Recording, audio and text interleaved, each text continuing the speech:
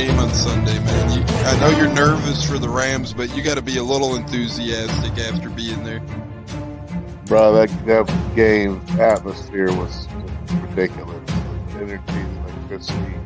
That place was rocking. Anyone was there, and a lot of the Super Buck fans were there too.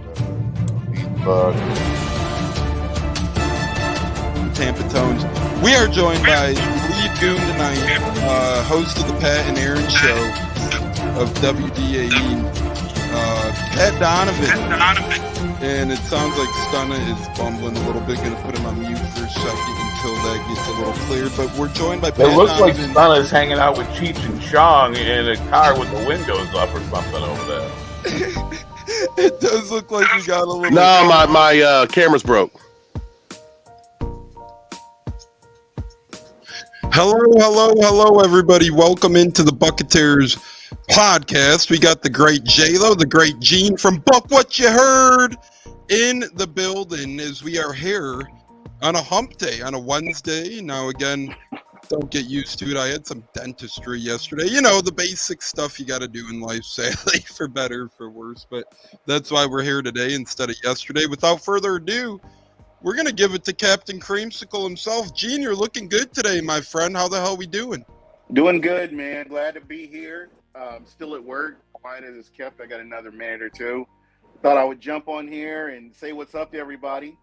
And, talk a little Bucs football. We're getting closer and closer. And I'm excited. I am really excited. I've been seeing a lot of pictures.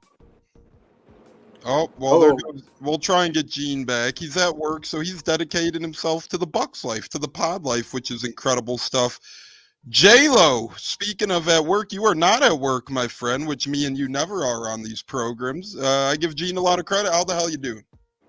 Good, brother. Good, man. I'm saying we're getting close, man. We're getting close to our first Bucs game. It's exciting. This is it, folks. Game week.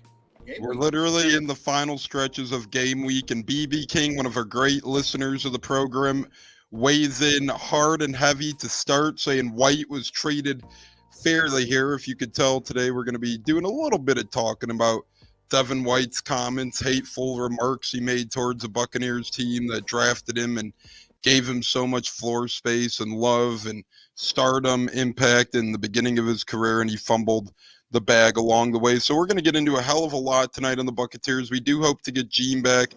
We're not sure. We'll keep you up to date there. But regardless, J-Lo and TAMPATONES here on the Buccateers to lead you guys through a Wednesday hump day just past the 6 o'clock hour Eastern time. J-Lo, we're rolling into a Wednesday night. Our show on Sunday was spectacular. We did really good stuff. If you guys missed it, it's available on Apple, Spotify, YouTube, Facebook, and so much more. But J-Lo and I went live, and we really hit it out of the park, J-Lo. It was a lot of fun, and we're here again tonight to hit it out of the park. And speaking of hitting it out of the park, J-Lo, this Bucs team is looking to hit it out of the park this year.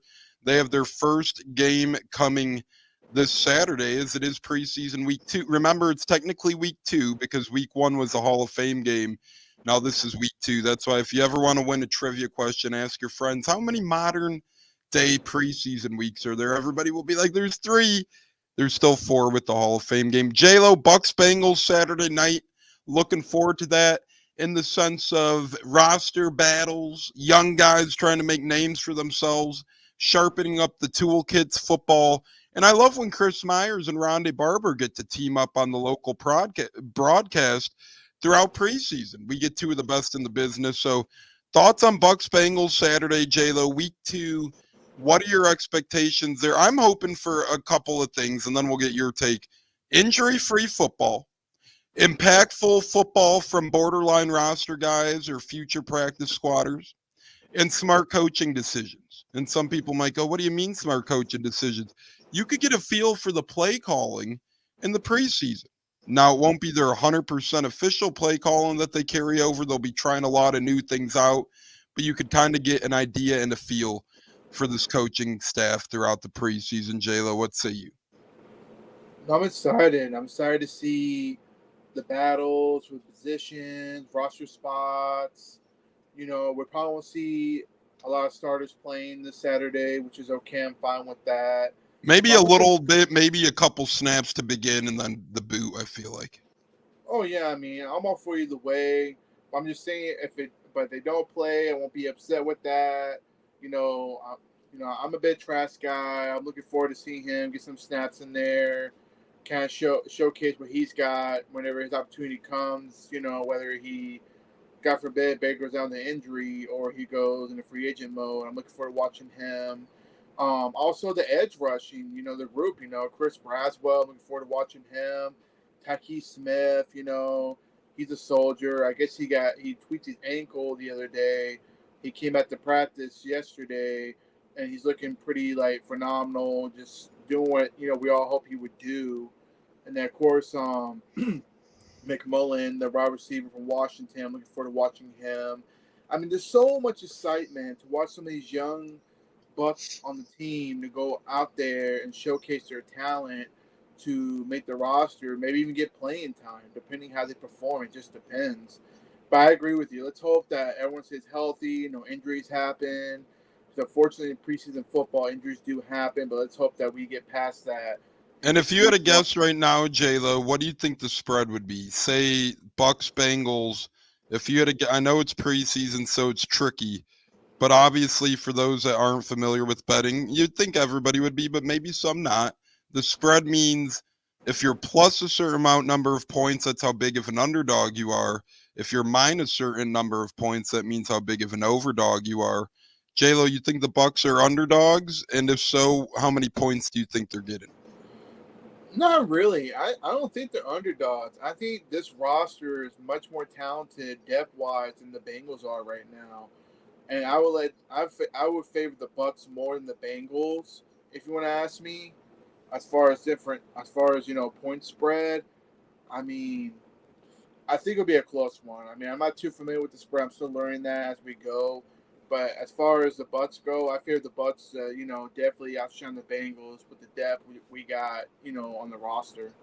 And if you are watching, make sure you hit that subscribe button, especially on YouTube. We do appreciate it. We're 3 subscribers away from 400 on YouTube. That's just incredible stuff. We've been podcasting here for about 4 years now. In July, it was 4 years, actually. So totally forgot to shout out our 4-year anniversary. But nonetheless, we're on pace for about 100 subs a year, but we're getting more and more as time goes on. Here we are sitting dead in the eye of almost 400, and I'll guarantee this, J-Lo, if we somehow get to 750 subscribers at any point throughout this upcoming regular season, I will give away game-used items. I will give away football cards. There will be a big package giveaway, and a part of that package as well will be a guest spot appearance on the Buccateers on one of our pregame shows. So you'll get game-used items, you'll get football cards, and you'll get a Buccateers pod appearance. But, J-Lo, we got some work to do. That's if we get to the 750 subscriber mark only on YouTube at any point throughout the season, whether it's week 10, week 17, or Super Bowl week, because the Bucs will be in it. But no matter when we cross that finish line and threshold, there will be a lot of benefits to be rewarded for whoever subscribes. So you know what that means, people? Help push us out there. Let's build subscribe people on there for Buccateers. You hear all the prizes going to happen. Fans, help us build the pod up. And we will reward you, as my buddy Tone has just said. You get cards. You'll get game use stuff. I mean, to me, come on, fans. Throw it out there. We need your support. So please, subscribe to the pod. Put us out there. What's your favorite Bucs item to collect? Then we're going to get more into the preseason game. We're going to spotlight one guy to keep an eye on. We're going to spot a roster potential guy, one that's hovering the roster to keep an eye on. But before we get to that, J-Lo, favorite piece of Bucs memorabilia or items to collect, what say you? Oh, man. And we are getting love from our buddy Zach Johnson, friend of the programs. He's been on the show before. Great guy, great man cave. But he is saying we should do a game-used jersey special. I'm inviting Zach on in the near future, and we will do a game-used jersey special here on the Buccateers. Oh man, can't go wrong with that, man. Man's got an ultimate man cave as well. Much respect to him. But as far as memorabilia that you were bringing up, I mean, there's so many things I can I think feel of. like you're a flag guy. I like flags, hats, helmets. If I had to put it out there, I say give me a game used like jersey or practice jersey. I would like that, no matter what player it is. I mean, if it's You Mike know the Evans, problem though, once you get one, it's addicted. It's like, oh shit, I got one. Let me get another one. Oh man, all right, now I need another one. As you can tell in the background there, it's not an easy hobby to crack. I mean, it's like a tattoo. When you get a tattoo, you get addicted to it. And many people that have tattoos would tell you it's the same thing. But yeah, absolutely. I mean, when it comes to me, I would say honestly, probably hats. I'm more of a hat guy. You see my background. I got tons of Bucks hats, all kinds of designs, whether it's Rays, Lightning, And by Bucks. the way, we are going to get to more Devin White. I just got a text. Hey, what about Devin White? I seen your picture on the YouTube video. We are going to get to Devin White. Right now, we're getting into a little bit of memorabilia in preseason. Then we're flipping the switch right away. J-Lo, about 30 more seconds. Last thoughts on memorabilia. I mean, yeah. I mean, if I really say I collect something, I would say Mike Evans jersey. Like I'm rocking my Pewter Report, Mike Evans. I got a creamsicle. I got his rookie Bucks jersey with the old alarm clock numbers. If someone can help me find a Texas A&M Mike Evans jersey, that'd be really helpful. So I would say that I would collect Mike Evans, memorabilia stuff from college to Bucks to Pro Bowl, Super Bowl jersey. That's my guy. He's about a lot of people's. He's a fan favorite, but that's what I would do. If someone can help me find a Texas A&M Mike Evans jersey, I appreciate it. Yeah, we'll keep an eye out. I think I might know a guy, but they are very, the thing is with game used jerseys and stuff, very expensive hobby. But like I said, near future, we'll bring in the great Zach Johnson, Bucks by 30, friend of the shows, and we'll get to an episode before the season starts. Also, keep your eyes out for former Buck and current Florida International defensive backs coach Anthony Gator going to chime in on the pod and give us his Bucs season preview. Not this show, but a show down the line. So we're going to load up our August platter for you guys with Zach, with Anthony, maybe even a couple other guys as well.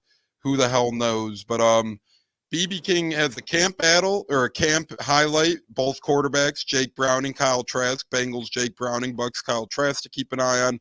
MH's t-shirts are cool too. We're joined by some great guests on Facebook right now. One of Tampa's finest realtors, David Ferrara. Thanks for watching. Angela Taddeo and James Rubright, the Godfather in the house. Incredible time. Great stuff on Facebook, and we're also live on YouTube, of course. Replay will be available on Apple, Spotify, Google, and so much more. I love all my Buck stuff, as you know, but if I had to pick one thing, I'm going game used jerseys or game helmets. Now, the problem with game helmets are they're very rare as game used jerseys are. Helmets are that much more rare, but we'll save that for our game used special down the road. We got a lot in store. We're going to have the great Zach Johnson, Bucks by 30, joining us in the near future. And he says, do a Dark Side of the Ring episode. That's some funny stuff. That's a wrestling reference for those that are unaware. And you know what that means. That means we expose some people. And we could do just that in the game used world. Speaking of exposed, JC Allen exposing himself, saying, acknowledge me. J-Lo's acknowledging JC. Let's see how many acknowledgers JC gets. But speaking of acknowledgement, the Bucks roster needs some acknowledgement, J-Lo. Who's one guy, or maybe a couple guys, but is there anybody in particular you're looking into fringe roster spot-wise, practice spot-wise, practice squad-wise, I'm sorry. Anybody out there, J-Lo, who you have your eyes on in particular who's battling for a roster spot? I'll tell you what, man, friend of the show, Tyree Funderburg. I mean, Tyree! I'm telling you, the man's killing it right now. I've been seeing a lot of social media reports him breaking up passes, getting interceptions. I'm really rooting for that guy. Unfortunately, I wasn't on the pod when he came on, but I did watch over it. Seems like a good young man. I think he's got a good shot at not only just making the roster, but getting playing time. But I'll throw another one out there. I'm excited to see Sean Tucker because with Chase Edmonds being down, Excited or intrigued? I don't know if I'm excited. I'm saying excited because last year he was hurt, he was injured most of the time. Maybe he didn't, get the playbook right away, but now he's in year 2. And with Chase Evans being down, he's gonna see some touches. He's gonna get some carries. So, give me Sean Tucker. Let me see what he does in year 2 with the ball in his hand, more understanding of the NFL speed. Let's see how he does from there. And then let me go defense. We throw defense side of the ball. I gave it to Tiger Thunderbird. Be on the lookout for Marquise Watts. I think he's got a good shot to not only be, a rotational guy, he could be a starter. He could be a guy that could slide in there and end up starting over a JTS. And we saw that last preseason alongside Rondé Barber's comments about Marquise Watts. We were big advocates on him, and we're joined again by the great Gene. Always great. That's my guy, 58,000 watts. You got to love that guy. Yeah, and we do. And speaking of love, we love Gene, we love J-Lo, and all our regulars. Look at who we got pouring in. Emily Compa, Bud Cannibalist, Christopher Cole, Cleve and me, Olivia. So the chat is rocking and rolling right now. Gene shows up, and next thing you know, we got a brigade of people ready to roll in the chat. But Gene, in case you missed it, we're kind of going over, borderline roster practice squad guys who we're keeping our eye on throughout preseason right now. J-Lo started with 3 of them. He gave us Tyreek Funderburk, who's on the pod. He gave us Marquise Watts, and he gave us Sean Tucker. Do you have anyone in mind, Gene? And I know one who won't be in our minds, and that is Keyshawn Vaughn. For those wondering, Keyshawn Vaughn is officially a 49er. He signed with San Francisco today, ended last year with New England. Now he's a 49er. But, Gene, whether it's Funderburk or Latrell Jones, CJ Brewer, any of the friend of the programs, or whoever else. I love Funderburk. I feel like he's got a very high football IQ, that's something that he has the intangibles. I mean, you've seen that, with how he's kind of gone up through his college career. And I expect to see even more of that from him, moving forward. And I really believe he's motivated to try to get playing time. And we know this is going to be a long season. So you just never know. He may pick up time if there's an injury or something occurs, or he picks things up, as he needs to. You may see him in the regular rotation. So I'm not big on the whole he's a starter, he's not a starter. It should be about who's going to win these games. I want to see the Tampa Bay Buccaneers advancing in the playoffs, and that is where we need to be right here. That's where our mindset needs to be, not my guy starting or your guy isn't starting. It should be, hey, it's about the playoffs. I mean, two playoff games last year is something to shoot for, to go above and beyond. So that's kind of our mark right there, is 2 playoff games, and we want to get better. I mean, you don't want to be like the New Orleans Saints, who rested their laurels on winning the NFC South every year. We want to make sure that you're coming in here with your players and you're giving maximum effort and putting yourself in a position to win. And I think that's where, as a fan base, that's where we need to be. It should be about wins and losses, not my favorite guys on the field. I couldn't agree more. And to piggyback off that, you see a lot of teams rotating more so in the NFL these days. It's becoming more of a prevalent thing. You've seen it in the other big 3 sports all the time, right? Hockey, you got your line changes damn near every couple of minutes. Baseball, when the pitchers used to pitch or hit back in the day, you'd get a lot of pinch hitters. You still do sometimes, and defensive substitute. But it's part of the game. And then basketball, that's the name of the game, right? Rotating guys, having a 6-man, having a deep bench. That's how you win football games. I couldn't agree more, Gene. It's not about, oh, my God, Trey Palmer's ahead of McMillan or Chase Edmonds is ahead of Bucky Irvin. What the hell's happening here? Let's keep in mind a couple things. A, this is a premature depth chart. And B, it's about productivity on the field, no matter who the player comes from. I don't care if you play 1 snap and you get 60 yards or you play 5 snaps and you barely get any yards. If we win the football game, you're probably making an impact if you get in the game along the way, and I'm just happy with that. But the Bucs did it a lot with middle linebacker last year, especially towards the end of the year. You've seen KJ Britt, you've seen Devin White, you've seen JJ Russell rotating in and out. Edge rushers along the NFL, you see it all the time. Emily acknowledging everybody but Gene. Wow, that's just some sort of incredibleness there. She says JC, T-Tones, J-Lo. No acknowledgement of Gene. Crickets. Yeah, cricket. That's wow. We're gonna have to look into that. And then our friend MH, J-Lo, you could respond to this. He says, I think the Bucs will make a good run at the playoffs, just worried about the offensive coaching at the beginning of the season, barring injuries. BB King says Cam Johnson. That's real Bucs talk. Dr. Plus's guy to go to, Cam Johnson. But J-Lo, thoughts on MH's comment? I want to follow him if you don't Yep, mind. absolutely. But for the most part, if everybody stays healthy, I'm more confident in Liam Cohen than I was in Davey Boy Canales last year, because Liam Cohen has continuity with Baker Mayfield. He came from the real Sean McVay tree, if you really want to put it out there. I mean, I feel like this team has a good shot, not to get overconfident, to maybe make a Super Bowl appearance. That's how confident I am in this team right now. And the more I watch them practice, the more I watch the press conference, and just hearing Todd Bowles with his confidence in this team telling them, we're not competing for a division again. We're going for a Super Bowl.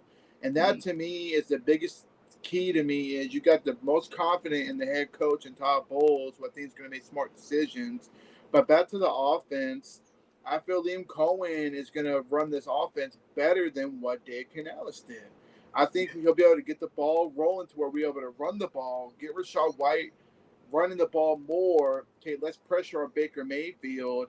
And I think we're going to see more shots down the field, because that's what I've been noticing during the training camp practices, is that Baker's slinging the ball deep down the field to Trey Palmer, Mike Evans, and then you got McMullen on the route running with Chris Godwin.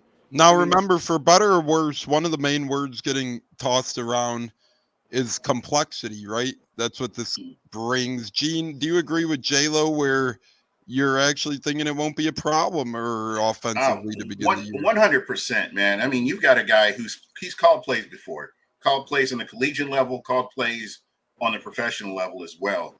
I feel like this is a man that can come in here. He knows how to work with pro players.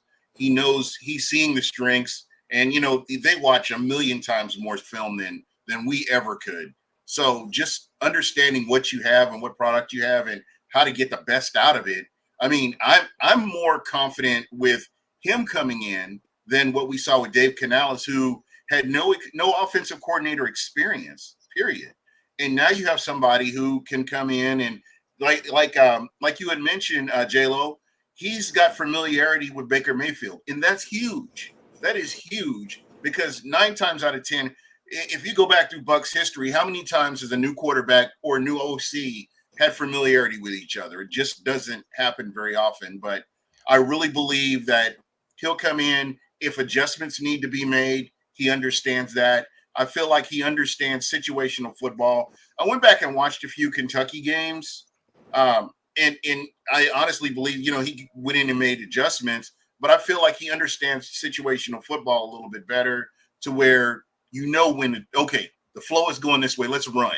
Mm-hmm. Or the run, we need to go to the pass, and being able to keep the defense off balance. And that's something that's where my expectations are with him, is that he'll be able to come in and, keep the defense off balance and give the Bucs a chance to win and play to your strengths. And I believe if Liam Cohen had been the offensive coordinator last year, that Rachaad White would have got over 1,000 yards. That's just my personal opinion. Yeah, I couldn't agree more with all of that. And I think Liam Cohen is going to bring very, very effective, not only play calling, but as we talked about earlier, rotating the spotlight. He's going to focus on a guy to get him open. He's not going to just throw his arms in the air the week before and say, you know what, we're going to go in with this certain game plan. If a team shows vulnerability during that game, Liam Cohen's already said he's going to attack a certain guy, whether it might be Mike Evans, whether it might be Chris Godwin, Rachaad White, whoever it might be offensively. Whoever looks to be poised and ready for the big game, he's going to get him involved. So I can't wait for that. And kind of to lope in this question with the guy I'm looking forward to watching fight it out for the roster, Obviously, very much looking forward to Tyreek Funderburk and Latrell Jones and CJ Brewer. Everybody we had on, all three are great guys. I really wish them all the best. I hope they all make the active, but if not, definitely the practice squad. I want these guys as Tampa citizens, 813 citizens. They all keep the youth involved in football, and they're all just really good guys, all three of them. But if there is one specific guy I'm watching for, I'm actually going to label a whole room. And I know that sounds shady, a whole positional group.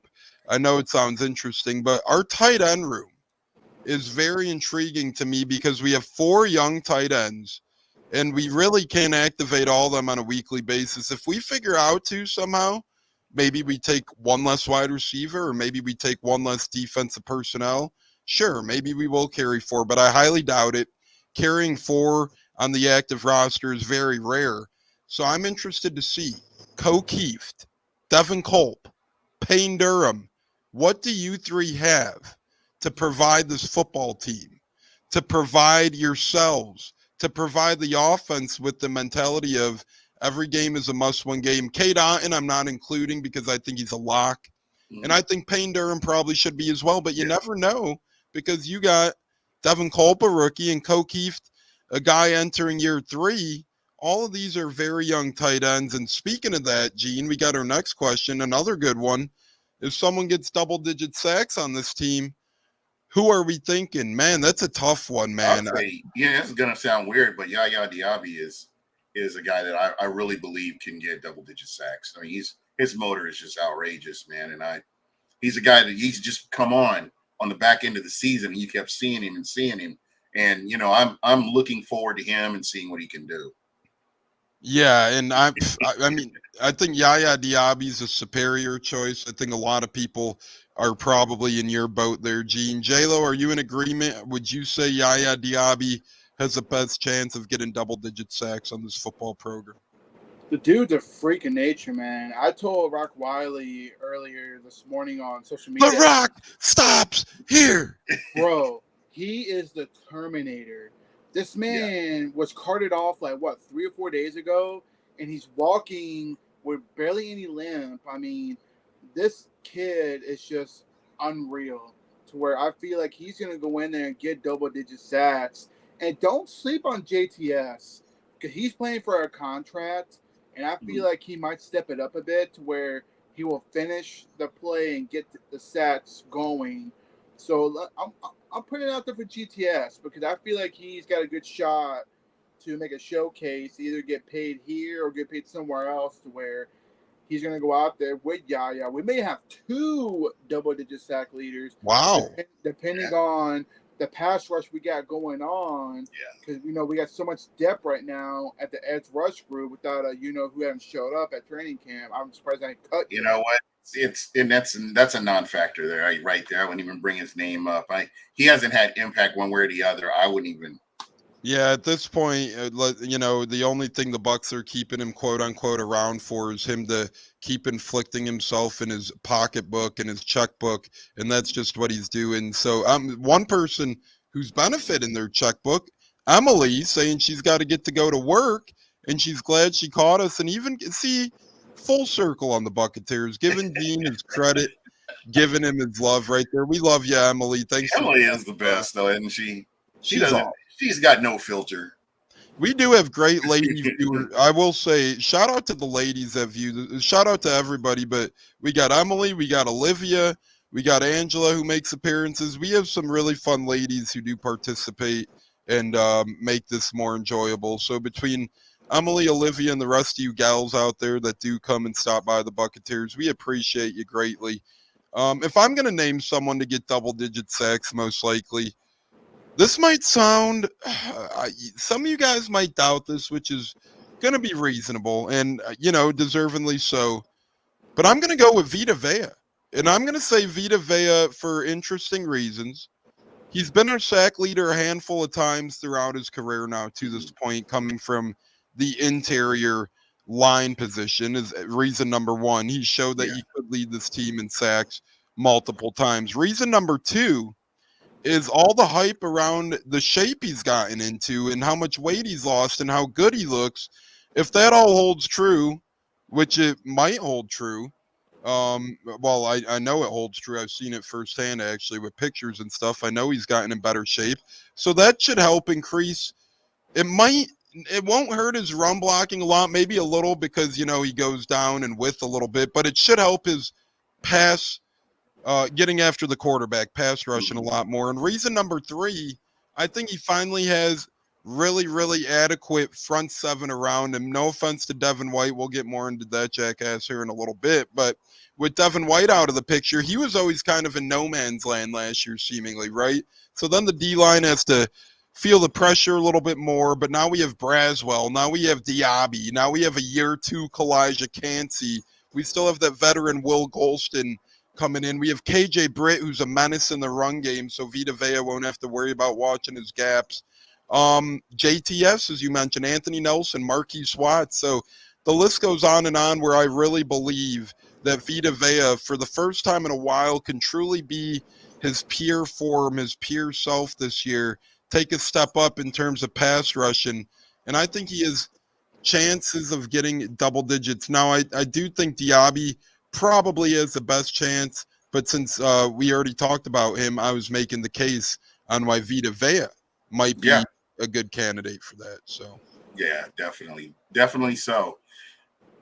Bucky and Tucker on the kickoff at the same time would be awesome. And by the way, speaking of awesome, we do have our bear bracket reveal tonight for the Buck What You Heard Buccateers official bear bracket for the 2024 season. When it's all said and done, we're going to have one official bear for both podcasts, because remember, this is a joint program. You get Buck What You Heard, you get Buccateers, you get us both in one, and be on the lookout for a ton of collaboration in the year of 2024 moving forward. We might get a certain someone back in the fold on Buck What You Heard. We might make a cookbook. Who the hell knows what's going to happen this year, but it will be fun stuff. As Bud Cannibalist says, team mentality for the Bucs. Well, Gene and J-Lo, we got team mentality here on the podcast front. Oh yeah, most definitely, man. I love working with you guys, and it's been fun, and it's really made the off season go by a lot faster. And you know, I appreciate your football IQ. You guys are really staying on top of, like, free agency was a no-brainer. Just go and look for your tweets and see where we are, and you don't have to do anything. So it was great, man. You guys are a great resource as far as football goes, and it's just made it a lot of fun. Gene, you brought some great fun to the place too. You know, podcasting, I always say strength in numbers when it comes to podcasting. You know, I always am in the boat where more voices are more fun. And Gene, you've definitely brought a fun voice to the show. So off season, what off season? No, I'm kidding. That thing did fly by though, as it did work together and get through it. Seems to me Keith regressed as a blocker last year. I think he just regressed in total last year, and I hate to say that, but between both, I know he doesn't catch much passes regardless, but between blocking and pass catching last year, I think Keith regressed a little bit. Colts were actually the only. Was he injured? Keith did miss a little bit of time last year. I do remember he did miss at least a handful of games with injury. So could be part of it. We all know that. Gene, what's your take on this? Colts carried 4, and that does make sense for the Colts more so because they're running with Jonathan Taylor, Anthony Richardson. Colts are always, and they had Zach Moss last year, so makes a lot of sense for a team like a Colts to carry 4 tight ends to me. Yeah, I mean, when you look at the wide receiver room, I don't know. I guess if it can work, I can see it. I mean, you're bringing these guys in to help block on the line. You know, you got to make sure you have somebody with reliable hands. We've seen tight ends drop some passes that they really shouldn't have last year. So you want your best players on the field, and I just kind of have to trust the process and know that my head coach, who's gotten this team to the playoffs, I don't know how many times, is gonna continue to keep at that level. So whatever they come up with, I'm good with it. I'd like to see more wide receivers. If I'm not talking defense, I'm a wide receiver guy, but I would like to see a balanced team basically. I can't agree more. Can't leave out Cansey. We mentioned him. I was between him and Vea for my double-digit sack guy, but ultimately decided to go Vea only because I think Cansey's going to be that bulldoze your inside masher. I think he will get 5 to 6 sacks, but I think he's going to knock the linemen in the throat, knock the running backs on their ass, and be that vicious. You know what I'm saying? That Get home with 4, baby. exactly, and that's the Get key, home with right? 4. What about Logan Hall? That's I love Logan Hall, but Hall. you know, Gene, question for you: Logan Hall, Gene. more preseason interceptions or more regular season sacks for Logan Hall? I don't know. He could probably happen into more sacks during the regular season. I'm guessing. So, yeah. Let's flip a coin. Yeah, I'm gonna say regular season. Exactly. We do have another great lady out there, Lucky Lucy. Forgot you. Sorry, not forgot you, but sorry about you're a great lady as well. But go on, Gene.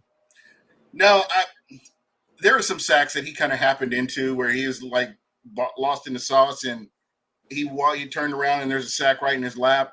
I just haven't been like 100% confident in this guy. And, you know, if you listen to his interviews, and I heard him on a podcast earlier, and I'm like, you see, this guy sounds like he's a Pro Bowler or something. And I'm like, I'm still waiting to see.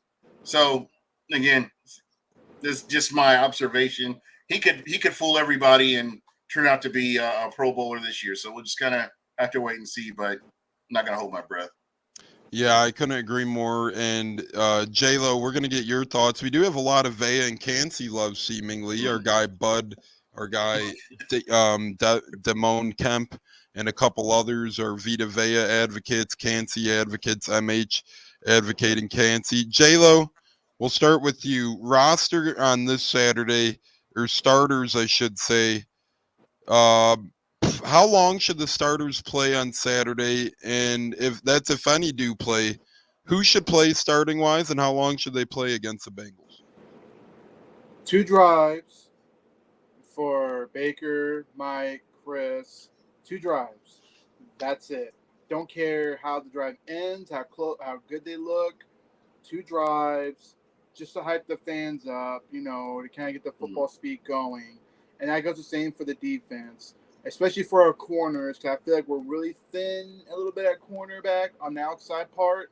So I say 2 drives between Dean, Zion, and then get him out. I don't care. Cornerbacks, I think I'm glad you brought that up, because that's a weird position where I feel like we're either extremely deep or we're extremely thin, and time will tell. We either have a ton of adequate cornerbacks in that room, or Jamel Dean, and then, you know, a bunch of average. So I don't know what side I'm laying on yet, but it's going to be no in between there. Gene, thoughts on the cornerback room, or how long? I think it kind of goes back to the defensive line. If you can get home with 4, you're getting pressure on the quarterback. You're going to alleviate a lot of pressure on your linebacker core and your secondary. And I believe that, you know, Todd Bowles is the guy I would want running that defense back there. But again, I mean, it's all predicated on that pressure on the quarterback, how your secondary is going to end up. I can't expect it to be continuous, but it will definitely help that secondary back there and help them to get comfortable if they can get home with 4. And home with 4, you hear it all the time around Tampa, because it seemed like for whatever reason, especially on 3rd downs last year, we just couldn't get home with 4. I don't know what the reasoning was, but this year, I think that's going to be different. And Gene mentioned it. That is critical. That is key. And if you get home with 4, that makes cornerbacks' jobs, safeties' jobs a bit easier. You could go for more of the ball hawk plays then. You could go for more of the interception do or dies, because odds are if you get home with 4, it'll either be a deflected pass, a wounded duck, an altered throw, something of that nature, where the defensive back potentially has a chance at that football. I would play offensive starters 1 drive this game. I would play them 1 drive, maybe a couple like O-lineman, tight end, but quarterback, running back, wide receiver, 1 drive. Next game, play them a quarter, a little bit more maybe, but this game, I'd play them 1 drive. Defense, I'd give a couple drives, half the first quarter for some positions, and see what happens there. Tones, not to interrupt you, since we're talking about drives, do you feel Graham Barnes should play a whole first half this first game at center to get his game reps in? What do you think? Absolutely, and that's Okay. the O-line in particular. I think left guard should play a good little bit because he's going to be new. The ones I would take it easy on, and not even take it easy, but the ones I'd only play for half a quarter, if that. Worse, you know what you get with him, so Yeah. you really don't have to risk anything there. Godecki at this point, safe to say, I'd play him for about a quarter, maybe a little under. Same with Cody Mock, because in this point, they're all locked into year Right. 2 at their positions, and they looked effective. But left guard and center, I'd give a whole half to. Gene, what say you on that thought? Then we're going to get into, oh, geez, Devin White. I'm right there with you. I think what we saw last year, the biggest concern was that offensive line. And I thought they did a great job with Baker Mayfield. And I want to give credit to Baker Mayfield as well for making decisions, making those snap decisions, not being stuck holding onto the ball and getting it out there. So you're not putting a whole lot of pressure on your offensive line. Now these guys have had a chance to play with each other, and they're coming into the same system. And, I think from what I understood, it's the language on the offensive side was the only thing that's different about how they were playing last year and, what they're playing with this year. So it should be easy for them to come in and gel and, put together, a good product that, they can go out and keep the quarterback upright, open up some holes for Rachaad White and your running back room. And that's, where my expectations are with, you have your cornerstones in there, and you can plug and play people in there, and it'll be easy for them to come up to speed as well. Couldn't agree more on that. Bucs football. Wait, how the hell did he get that loading sign up there? That's cool stuff. I know. That's cool. I like that. Me too. I'm gonna have to work on my technology, I guess. But J-Lo, final thoughts on Gene's comments, then we get into Devin White.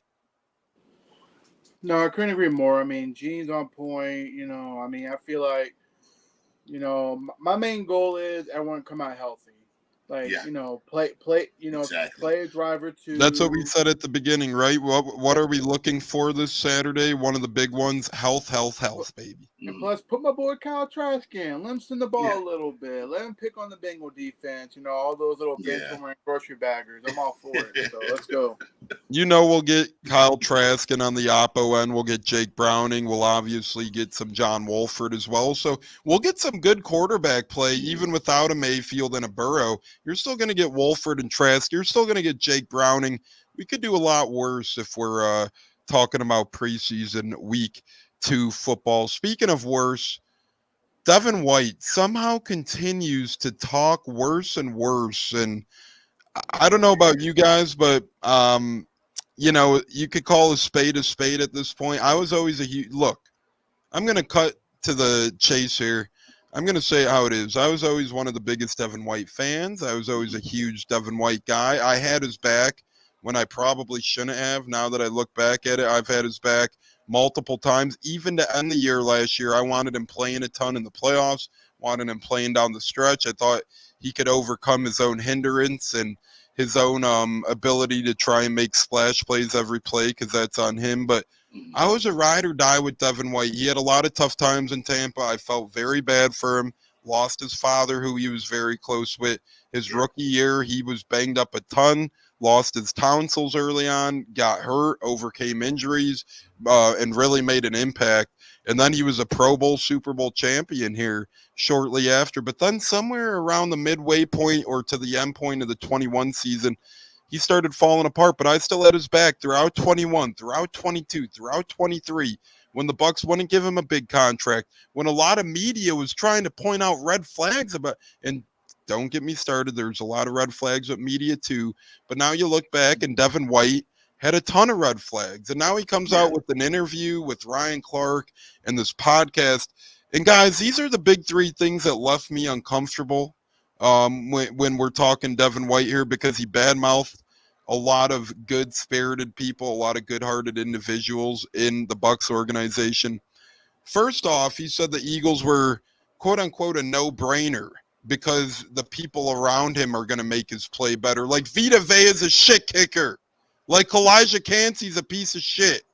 Like JTS, I know he hasn't proven a ton, but come on, man. Yaya Diaby, William Golston, Levante David. These guys are we had Shaq Barrett here. Shaq Barrett. How are these guys not a formidable enough front seven for you, Devin? Oh, and then another comment. Oh, I'm sorry. I felt the pressure because I was getting outshined by Levante got all the talking glory. No, he didn't. He gets none. Zilch. No respect. Zero. If anything, Devin, you are still getting talked about more for some reason than Levante David. I remember last year, people still putting Devin White in their top 5 linebacker list, and you couldn't find Levante David's name anywhere. So I don't want to, I had to outcompete Levante. No, you didn't. He never gets talked about. And number 3, slighting Jason Light, saying, oh, Eagles GM Howie Roseman, he's a real GM. He showed me that he wanted me. He gave me this money. He showed me that I could compete for a Super Bowl. Bullshit. Just because Jason Light didn't give him $20 million a year, which, by the way, right after Devin White got drafted, he said, my only goal in this league is to be a $20 million a year player. You could tell ever since then he wanted the Bucs to give it to him. Jason Light decided not to. And then Devin White admitted in this interview as well, he tried to use that as quote-unquote trade bait, that he didn't get $20 million a year, and then started flirting with the Eagles. This thing was a disaster. Gene, I want to get your thoughts on here, but Devin White was lying, and I'm not the only one calling him out. Pat and Aaron show this morning said it was a lying interview, said he said a bunch of lies as well. And if those of you have a Twitter, just look it up yourself. But Gene, thoughts on the buffoonery on Devin's behalf? And that's basically what happened here. Devin White played himself. Devin White he is who we knew he was. I mean, when Levante David went out for that stretch of games with the injury, Devin White couldn't step up. He couldn't. He was lost. He lost in the sauce the whole. And again, he made a play here and there, but consistently he was getting smoked on a regular basis. Tight ends, receivers. I mean, his strength is going downhill and attacking the quarterback. That's what he does. And yeah, he does that. If that's what they're going to have him doing, yeah, good. But you can't pay that kind of money for somebody that's just a pass rushing linebacker. I mean, it's not realistic. And again, he's going to get exposed. He's playing in a division where he's going to get exposed. I mean, I look at what Washington's putting together and the scumbag Cowboys and just the Giants. I mean, he's gonna get exposed, and we're gonna see if he's still singing the same song at the end of the year that he is right now. And again, this just reminds me of somebody else who left Tampa in a bad way, complained about all this stuff, went on interviews and complained about stuff, and threw some shade at the coach and the general manager on the way out. And this is the same exact thing as far as I'm concerned. So I'm with you 100%. Devin should have just shut up, gone out, played his game, let his game do the talking. Right. But again, this is the second example. It's like deja vu for me.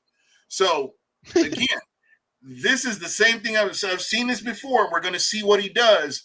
If his play, he's got to be able to back up his play. And we're going to see if he does or not. So to me, he played himself, like I said, and we're going to see what he does. And Devin White,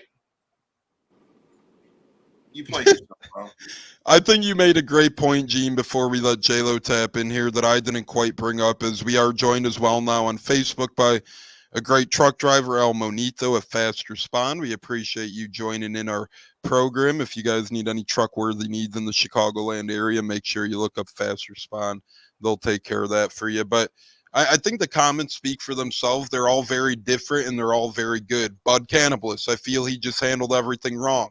Correct. MH, White is just playing to Philly fans. Correct. BB King, White is just a more athletic Barrett Rude. Tackling high doesn't work with short arms. Devin's tackling never improve. Correct. And last but not least, by Felicia. Correct. Where Gene comes in, if Devin White just plays his ass off this year, if he showed nothing, I love Tampa. 8-1-3 was great. I wish it could have worked out. Won a Super Bowl over there, met some lifelong friends. Now I'm ready for Philly. I'm focused to win another ring, ready to prove my worth. And then if he goes out and plays his ass off, Bucs fans would actually feel sympathetic for him probably. They'd be like, holy shit, did we botch this? Did we handle this wrong? What the hell did we do to Devin White? Instead, no matter what, now even if he plays effective, it ain't going to matter as much because he's burying himself, putting himself in a position where it's going to be really hard to succeed in any city, let alone Philadelphia, where these motherfuckers boo Santa Claus. You're in for a rude awakening, my man. It ain't all peaches and cream. You're young in Philly. You're not safe in Philly. I'm just going to put it out there. Yeah, I mean, no matter the sport, Eagles, 76ers, the Phillies, the Flyers, those motherfuckers get after you, man. Those fans will have you, filing for internet stalking at some point, man. They'll get on your ass on Twitter and Instagram. Exactly. I was at the Atlanta game last year as well, where we sadly lost at home, not the fun one on the road where we won. But Devin White blew coverage on a running back and allowed a running back to break free. And next thing you know, Young Hui Koo, who's a good kicker, by the way, nothing against him, but he should have never been in a position to kick a game-winning field goal. Exactly. And because of Devin White, he was, and because of the things Gene and I both said, Devin White overplayed himself. Running back breaks free, and that was a synopsis of his play the past year and a half. J-Lo, are you on the same boat as me and Gene, and what are your thoughts here on the Devin White situation? I just want to put this out there right now. Devin White in 2020 season, we won the Super Bowl, especially in the playoff run. Thank you. Now I got that out of the way. Devin was Devin. Just played himself out of here. He overplayed plays. And the one play that really got me the most was the Colts game where Gardner Minshew juked him. Oh, my God. Broke the tackle. And I was like, what the hell is going on? I was at that game. Back in 2020, you didn't play like that. You would get after the quarterback and put him on his ass. Yeah. But you let a guy like Gardner Minshew, a.k.a. Uncle Rico, that's what he is to me, shake and break the tackle and get a touchdown on you. That right there was the end of it. And Devin White, I wish you the best in Philly, even though they're probably going to rip you apart with those fans because they're ruthless. They will say all kinds of stuff. They will threaten your family. That's what kind of fans they are. They will come at you with everything they got. And number two, you should be lucky that you were on a roster with a guy like Levante David. Because now you're going on a roster with Philly. And I don't know if he really paid attention to the Philadelphia game in the playoffs where we beat the shit out of them on the field when they're on defense. Stomped them out. Good luck. And when you come to Tampa, if you even make the roster or you even starting, come on to Tampa. I'll tell you right now, if you really think going to Philly, going to a whole new environment is going to change and get you paid, you'll be lucky to get an opportunity again for another NFL team. This is it. Yeah, this is it for that max contract. You have to go out there and ball out. Stop the shit talking like you did on the podcast. Go out there and play. Because let me tell you right now, if you cannot pan out in Philly, they got a good defense coordinator who they brought from Miami, who's been everywhere. He was head coach of the Broncos, Vic Fangio. If you can't play under his defense, then you can't play anywhere or anybody's defense. And get him out of here. He was not part of the team. He was not really with the team. So Jason Lane did what was best for the team and get a prima donna. Because wasn't it real quick, wasn't it a couple of seasons where he deleted the Buccaneers? He unfollowed them on Instagram, and it was like 2 years in a row he did that BS. Yeah, heading into 22 and 23. And that's when Greg Allman, and I do like Greg Allman, media side, Greg Allman's one of the good ones, I feel like, in the media. And Greg Allman. And that jerk, that Joshua Cole Allen, I like him too. But go ahead. That jag-off JCL. What? Yeah, what? No, we're kidding. We love you, maybe. But nonetheless, but Greg Allman literally called Devin White out for pretty much removing the Bucs from his stuff. And Devin White blew up. Oh my God, you guys got to make a big deal out of everything, blah, blah, blah. No! You're a fool. You know what you're doing in the year 2023, 2022, or 2024 when you do this childish social media BS. You know what the hell you're doing. You exactly knew what you were doing, Devin White. You were immature, trying to cause a stir, and that's what you did. And for Warren Sapp to call him out for loafing. Warren Sapp said I'd rap that fucking C right off his chest. I mean, for Warren Sapp to do that, that tells you everything right there. That we already knew where his direction was going. And granted, applaud Jason Light for not giving in to that fucker's demands, wanting a big contract, want to be traded. And Light made it known to him, like Devin White said in his own mouth, oh, he came up to me and said, you're playing on the fifth-year option. You're damn right you fucking are. Because you need to go out there and prove yourself. Go out there and be a leader. And take that shit off your fucking chest. And he makes it seem, I got to play on the fifth-year option. I'm only going to make $11 million this year. Oh, my God. In the words of Jerry Maguire, shut up and play the game. Stop the bullshit and just go play the game. Stop trying to cry for a fucking contract that you didn't earn, and now you got to go earn it in Philadelphia, which I think you'll end up on the fucking practice squad with your attitude. And here's a good example, guys. Jordan Whitehead couldn't come to an agreement, ended up going to another team. He played. There's an opportunity for him to come back to Tampa, and it worked out. That's how you do business. And we're not giving him too much. And the thing, he didn't complain. He didn't complain about anything. He went out there. It's a business decision. I ended up going to this team. He played. He improved his play, made him more marketable when he came back to Tampa. Look, this guy's better than he was when he left. And this is what I'm talking about, how you handle business. I don't know who Devin White's agent is, but he should have just, put some tape on his mouth, take his phone from him, something, because, it's going to hurt him in the long run. I mean, you don't badmouth the team. That's just like Carlton Davis. Davis is a little bit different because he got traded, but at the same time, he wasn't thrilled that, I guess he got traded or whatever. But, when you go out, let your play do the talking, and then at the end of it, if at the end of the season, hey, have that interview. Hey, you know what? They let me go. You saw what I did. Tape don't lie.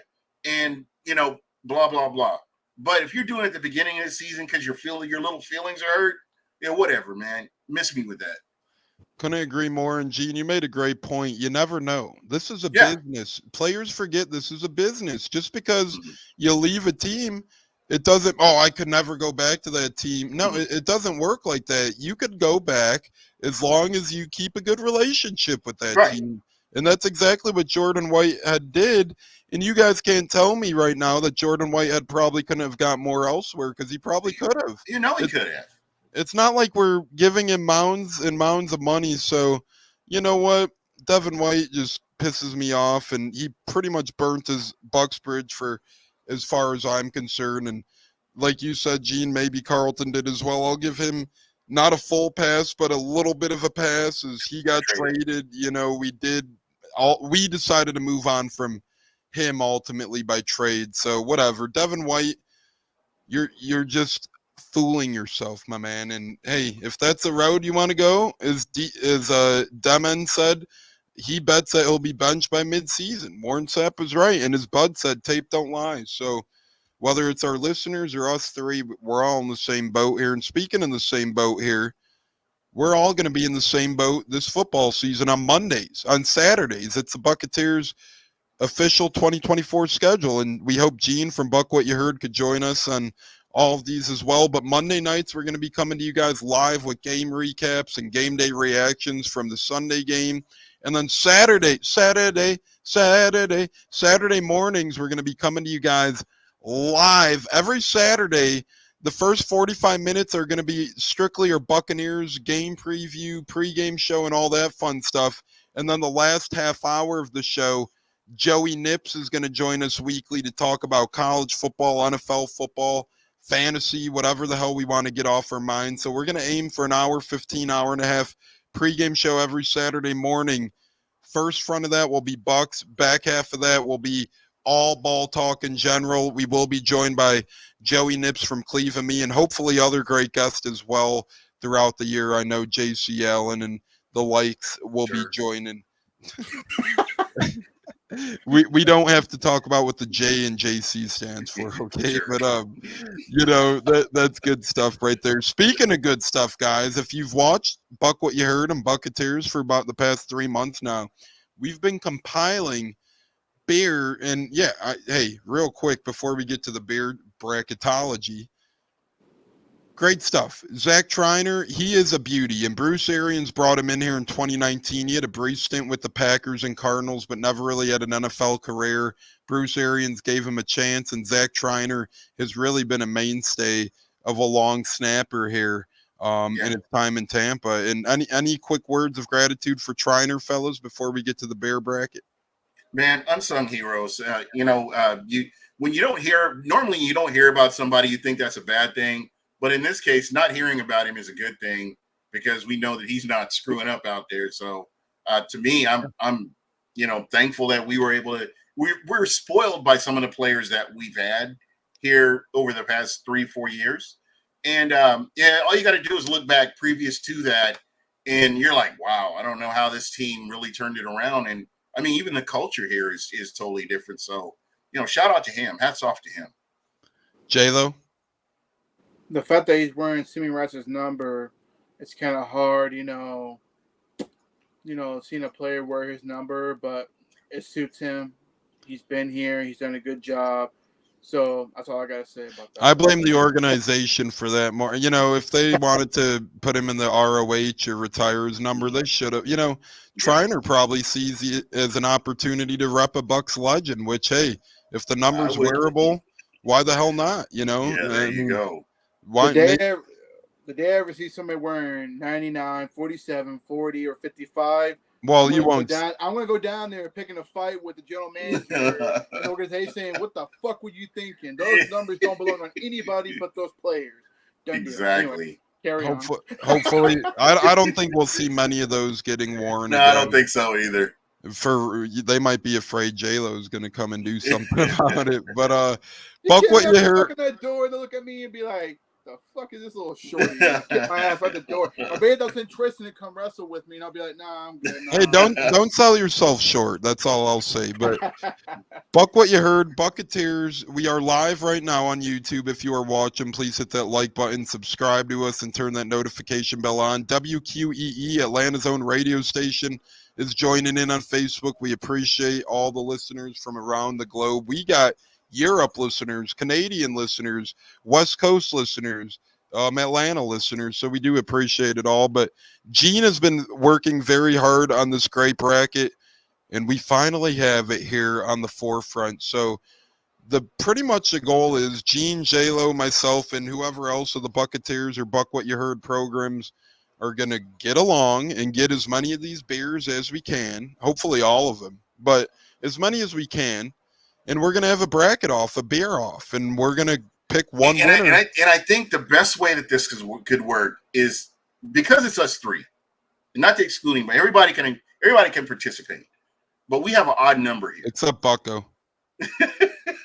Seminole boy.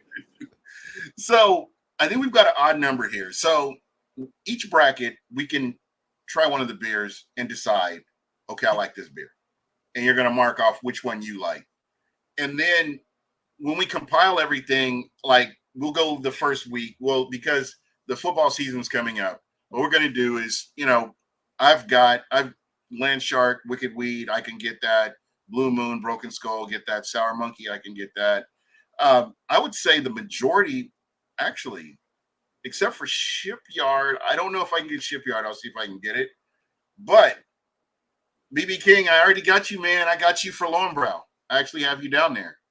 And if your beer is chosen, we are going to get you a T-shirt from Smack Apparel, and you'll get with me, and we'll get it all sorted out for everybody that participated. Thank you. But what we'll do is we'll just go this week. Our next big podcast will be Monday, right? is what. Yep, Monday's going to be the big boys. Saturday's going to be our test run, pretty much, of just previewing the Bengal in the NFL. You know, so Monday will be our next actual, roundtable discussion. Okay, so this is what we're going to do, and I think we can do this way. We can go the first. I don't want you guys to think I'm an alcoholic or anything, but I'm thinking the first. Are you looking at your brackets? Yes, sir. I got the bracket up. Okay, so we've got 1, 2, 3, 4. So if we go the first 4, which would be Land Shark versus Wicked Weed, Blue Moon versus Broken Skull, Sour Monkey versus Elysian Space Dust, Cigar City versus Corona, and we can do that first. And then, everybody decides, hey, which one of those beers you like. And then we that way we can do the bottom 4, and then we can kind of move on throughout the preseason. I don't know if does that make sense? No, that makes a lot of sense. And I think you bring up a really good point. Since there's 3 of us, it could kind of be an easy. There can't be a tie, which is what's so awesome about it. Yeah, except, J-Lo, he counts as a half of it. No, I'm kidding. So, hey, he's giving me the broken skull symbol now. But real quick, just so none of you feel left out, Gene did do a great job of constructing this bracket. Shout out to Gene on that. So here we go. The official 2024 Buck What You Heard Buccateer Bear bracket goes as follow. Round 1, Land Shark by Dr. Plus faces off against Wicked Weed by Dr. Plus. So wait a minute. Do you think I should switch these around a little bit, or? No, I kind of like it because to me it gives, I kind of like the same people's beers battling against each other. Okay, yeah. That makes sense. I kind of like it personally. I think that was a good job setting that up. So we got Land Shark by Plus against Wicked Weed by Plus.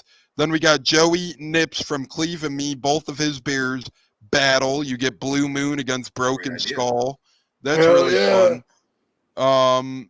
And then you get Sour Monkey from Olivia and Space Dust from Olivia. That's going to be a very good matchup right there. I'm thinking that Space Dust is very strong. It'll punch you. It'll slap you. Is it like 8%?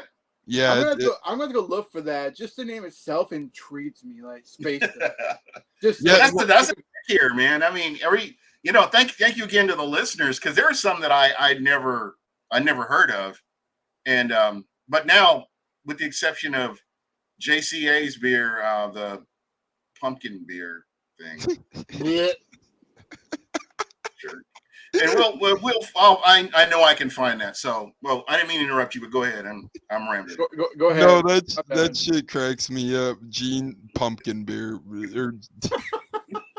Hey, it does sound delicious, so hopefully we could find it, but I do have it in doubt. But we are through, and what great name, Sour Monkey against Space Dust? I mean, come on. You can't beat that. No, that's gonna be tough. Like, just the name itself, like I said, it's gonna be a hard choice, man. So shout out to Olivia, right? She's one of the Olivia, great choices, by the way. Shout out to her. That's good. Hey, what can I say? I picked drinkers. What can I say? You're not wrong. So the next matchup then is the Battle of the Gene. This is a tough one because they're like different, but they're both good in their own way. You get Cigar City, Tampa's own against regular Corona. I got my eyes on that matchup because you get like your regular notable beer against kind of a prize fight in 813 beer. You got the people's champ of Corona against Tampa's champ of the 813. That's going to be a fun one, as Bud says, wild names. Yeah, it is. And Bud says, I'll just make different labels for my Modelo. Hey, no. That's smart. It is smart. But I guess there's no way of, hey, bottle shape. We know what those frickin' Modelo bottles look like. Yeah. Right? We know what those look like. Pour it in a glass, I guess, so nobody knows. Exactly. Speaking of Modelo, next round we have Modelo Especial, which is J-Lo, against MGD, Miller Genuine Draft, and me. I'm intrigued by that one as well. I like both of those beers. And remember, it's Modelo Especial and Miller Genuine Draft. We know Modelo and Miller both have a good amount of beers out there, so don't get it confused. And then we got the pumpkin pie haircutted freight shipyard pumpkin, J.C. Allen. And here's where Bud C comes in. PBR, the classic. That reminds me of Danny Brown. We're gonna drink some PBR. So, and the trick is, guys, you have to put it in the freezer so it's ice cold when you drink it. Can't drink it even a little bit warm. You cannot. What, PBR? Otherwise you can't finish it. You gotta drink it super ice cold. You know what I do, and I'm sure you guys do this as well at this point, unless it's the wrong thing to do being a beer connoisseur. I don't know, but I keep like a 6-mug Roto in the freezer. Yep. So then then I keep the beer in the fridge, obviously, but then the combo of the two, because you don't want to put ice in the damn beer. No, hell no. That waters it down and dilutes it. Yeah. But at the same time, if you just buy beer and put it in the freezer, it might be fine, but you don't want to leave it in the freezer. Yeah. So the mug in the freezer is the Especially perfect. if you start partaking of a lot of beers, then you forget the other beers in the freezer. Then you've got a problem. Next thing you know, Speaking from experience. Yeah. Next thing you know, your bacon is soaked in beer, and exactly. That actually sounds delicious, but nothing like a frosty pint. Exactly. Bud, you were so right, man. Whew. Nice. Bud is right. And then we got Miller Beer from Loose Cannon's Leprechaun against Bud Light from Loose Cannon's Leprechaun. So that'll be interesting. And the last but not least, I wish he was here right now. Richard T. He's always here. Richard Taroka, shout out to him. But he put Guinness. And then we got BB King's Lowenbrow. Lowenbrow. Awesome. And what the hell is that one? Lowenbrow.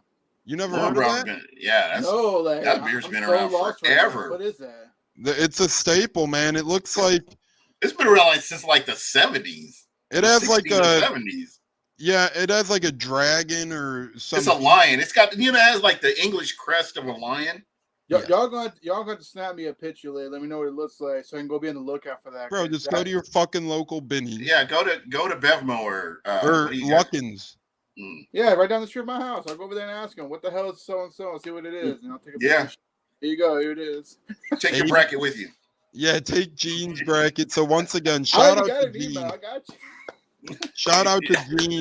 That's better than March Madness bracketology right there. So I'm thinking Monday, because what's today? Wednesday. This is enough time to get through those beers there, right? For you guys. I know it is for me. Yeah, no, absolutely it is. So we're going to taste test, and then Monday we'll all bring our top half of the brackets, what we enjoy more. And the fun thing about this will be, even if a bear loses, well, I'm going to have a nice supply of beer for the football season, for the college football season, and of all that stuff. And BB King says the champagne and bottled beer. So he's going to war with Miller High Life, man. Let's go. That's serious right there. Fighting words. I'm going to start calling him the Devin White of beer out here. I'm kidding. BB King's a lot better than that. You're a classy. We love BB King. We do. But yeah, Gene, thanks again, man. That's awesome stuff, and I'm really looking forward to this. This is going to be a lot of fun. So, and to the listeners out there, anybody that's listening, who do you think? What beer do you think will come out on top? Just off the top of your head, just drop it in the chat. I'll ask the question again on Monday when I think we'll have quite a few people on Monday. I'll ask the question again. What beer do you think will come out on top? And then we'll kind of table that and see what we come up with. And and maybe there may be a free T-shirt for the person that picks the right beer at the end of it all. And I love the sound of that. And another thing I'm going to add in as well. I'll be the Buccateers. Gene is doing the T-shirt, and then you'll get an additional mini fan pack from the Buccateers, whatever that might be. Maybe a couple football cards, maybe a team flag, maybe something along those lines. But we are here to give you guys some prizes on whoever does pick the winning beer. And remember, if you follow us at home, or if you're trying this along with us, if you're going to buy the beer yourself, I will post a picture of the bear bracket on the Buccateers Twitter as well, so people can have it. I'll tag Gene so he could reshare it and stuff too. But for those following at home, I did a taste test on a Disney cruise. You could do a beer class. And what's cool about it is you get to pour the beer. They kind of teach you the facts about it. And one thing to remember, in between sips of beer, as you're trying each beer, remember to cleanse your palate, have a bottle of water nearby, and kind of give your tongue a little water wash, just so for the next beer you get the true natural flavors of that beer, and it's really not combined. And not that I'm an expert, fellas, but if we're doing this, let's fucking do it. Let's go. Yeah, definitely. Or not a trash bag too. You never know. It may not sit well. And Hey, hopefully a beer will fucking sit well with you. If not, we might have other issues. And another thing we want to hopefully try, and I don't know, but we're going to compile, as we make stuff through the year, whatever food items we make or order, I'm going to compile a whole list for the football season. And then at the end of the year, I'm going to come out with a little document, whether we ordered food for game day or cooked food for game day. We're going to come up with the Buccateers Buck What You Heard 2024 game day cookbook, and then moving forward in years forward, say it's 2025 and season comes around, boom, you could maybe just look at our recommendations on food to order, food to make, and take it into your own hands and let us know how you like it. And who knows, we may even name it after different Bucs players or different play calls, like the Rhino package, for example, or something like that. So that would be really cool to have like a playbook that's a cookbook. Or, exactly. Maybe if you make Camarda's Cajun fries, something really cool, something like that. Triner's tamales, like there could be some cool one. Bowls biscuits. Fuck it. Now I'm hungry. So we're going to get to the final word here now before I start gnawing at my hand and shit. But, Devin White's pudding. I don't know. I thought you were going somewhere else. Ice cream. Devin White's ice cream. That is awesome, though. That is fucking awesome. Always a great time on the Buccateers and Buck What You Heard podcast with Gene and J-Lo. J-Lo, final words for us as we'll see you Saturday, hopefully, on the first. It's like preseason for us, so it'll be our first go at our kickoff show. Not sure how it'll be structured yet, but looking forward to it, J-Lo. Oh, hell yeah. I'll be on there. Like I said, that's game day. Let's game day, baby. That's the way I look at it. I'll be on, ready to talk about football. We're here. We got our beer bracket ready to go. I'm with a great group of men in here, having a really great time talking about football, having a good laughter on some of these beer names I never heard of, which I'm going to be looking into when I go down to my liquor store down the house, and ask them, hey, which one's better, get their opinion. But anyway, thank you for watching, all the fans watching Buccateers, promote us, put us out there. We're just a bunch of great guys that love Buccaneers football, and we like, just getting together talking football, no drama free, no judgment. Well, maybe a little bit with JC Allen, but that's another discussion. But anyway, he's gonna put your ass through a table or use a barbed wire steel baseball bat or something. No, I'm just gonna put Dom stereo and turn on him. Dom's winning right now. We'll just say that. He's the best heel right now in wrestling. That's all I gotta say. Yeah, definitely. MJF maybe has him numbered, but Dom's a close 2. I'll give him that. Gene, awesome as always, brother. Glad we got to have you, and always fun talking football with you, my man. Oh, definitely. And for Joshua Cole Allen,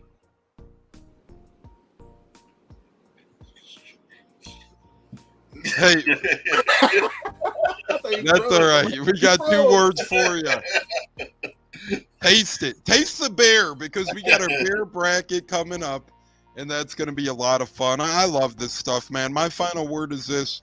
Stay up and stay blessed, and just be ready for football. Enjoy the off season or preseason, because once week 1 hits, Twitter's going to be obnoxious, and the football season's just going to fly by. So appreciate and enjoy what we have now before the season gets into full swing and really gets out of control. Fellas, anything else before touchdown Tampa Bay? Gene Decker off here. Baker Mayfield throws it to Devin Culp for the touchdown. Anything else, fellas? One last thing.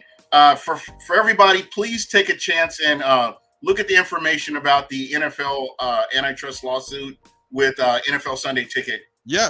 Make sure you understand it, because people are paying $50 a month for NFL Sunday Ticket in Europe.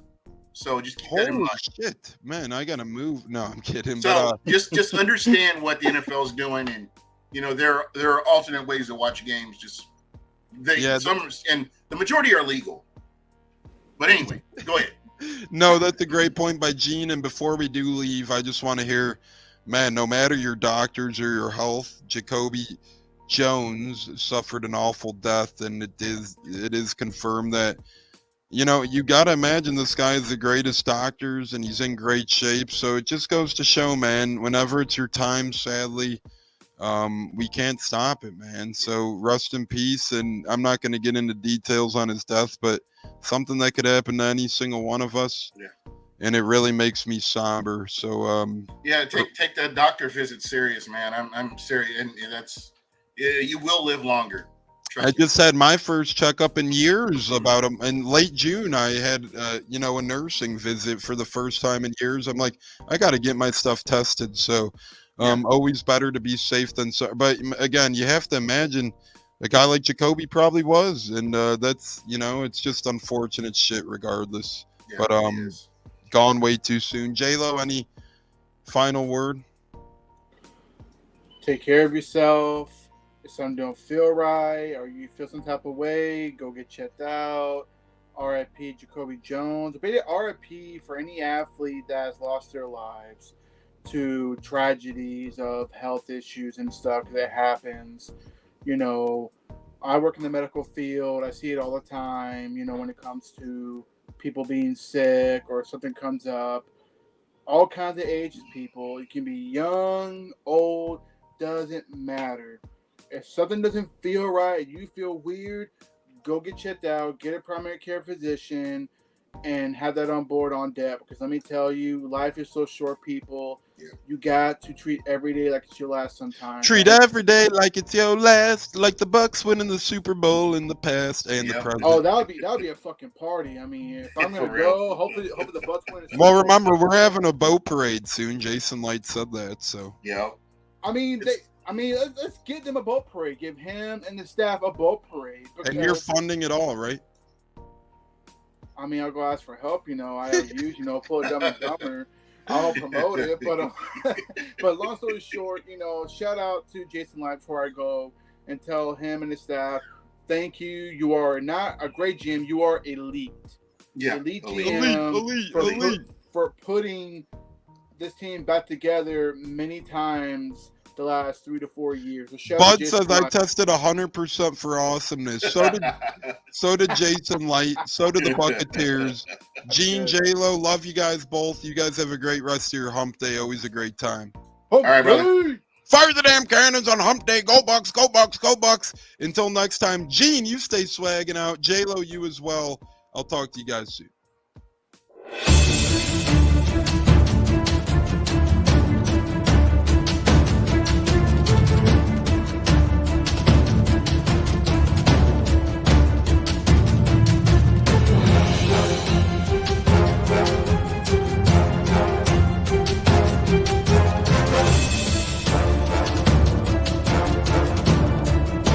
Game on Sunday, man. I know you're nervous for the Rams, but you got to be a little enthusiastic after being there.